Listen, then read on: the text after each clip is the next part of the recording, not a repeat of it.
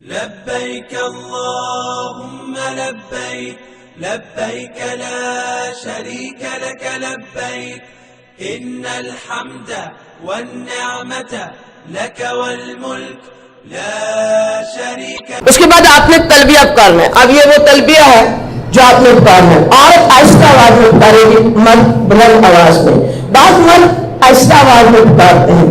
دیکھیں یہ ہم ساری دنیا کے سامنے اعلان کرنا ہے ہم نے کہ ہم اللہ کے لیے آئے ہیں. یہ شرم کی بات نہیں ہے, یہ خوشی کی اور سعادت کی بات ہے. عورت کو اتنی بلند آواز سے نہیں کہنا چاہیے کہ وہ مردوں کے ساتھ آواز ملائے, اور تلبیہ اپنا اپنا کہنا ہوتا ہے. بائی چانس اتفاقاً آوازیں مل جائیں تو اس میں کوئی حرج نہیں ہے, لیکن عمدن نہیں ملانی کہ ہم باجماعت ہو کے کہیں. یہ انفرادی عبادت ہے. جب تلبیہ کہنا ہے نا نکات پہ تو 3 دفعہ کم از کم کہنا ہے.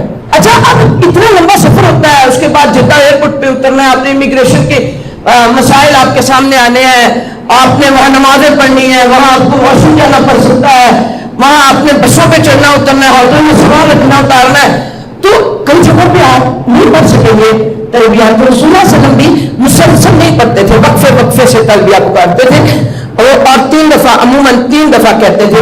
جب نماز پڑھنی ہے اس کے بعد 3 دفعہ کم از کم آپ تلبیہ کہیں. لازمی نہیں ہے 3 دفعہ, لیکن 5 دفعہ 10 7 دفعہ جتنی دفعہ مرضی کے.